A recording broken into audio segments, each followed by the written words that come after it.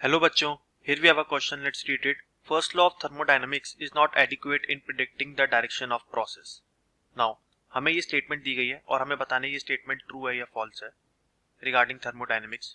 तो हमारे इस क्वेश्चन का की कॉन्सेप्ट है लॉज ऑफ थर्मोडायनेमिक्स. नाउ इस क्वेश्चन में हमें regarding first law of thermodynamics पूछा गया है. तो हम पहले जानेंगे कि फर्स्ट लॉ ऑफ थर्मोडायनेमिक्स क्या बताता है. Now first law of thermodynamics state करता है क्वांटिटी ऑफ हीट एब्सॉर्ब्ड.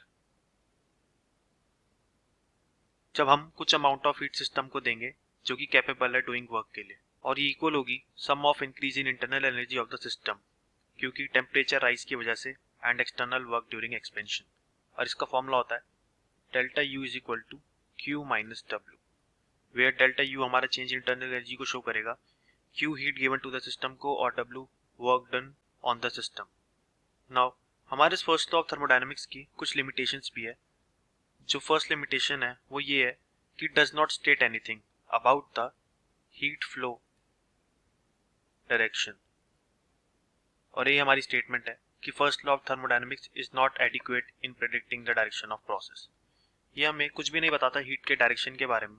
ये हमें बताता है दैट अगर प्रोसेस होगा तो हीट एनर्जी या तो गेन होगी या फिर लॉस्ट होगी. दैट मीन्स ये सिर्फ क्वांटिटी ऑफ हीट के बारे में बात करता है.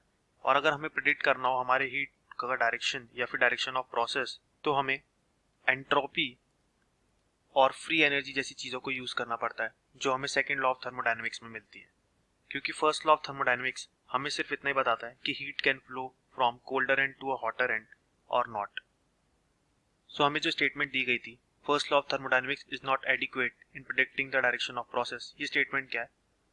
एब्सोल्युटली ट्रू है. तो ये हमसे क्वेश्चन में पूछा गया था. I hope you understood it well. Best of luck.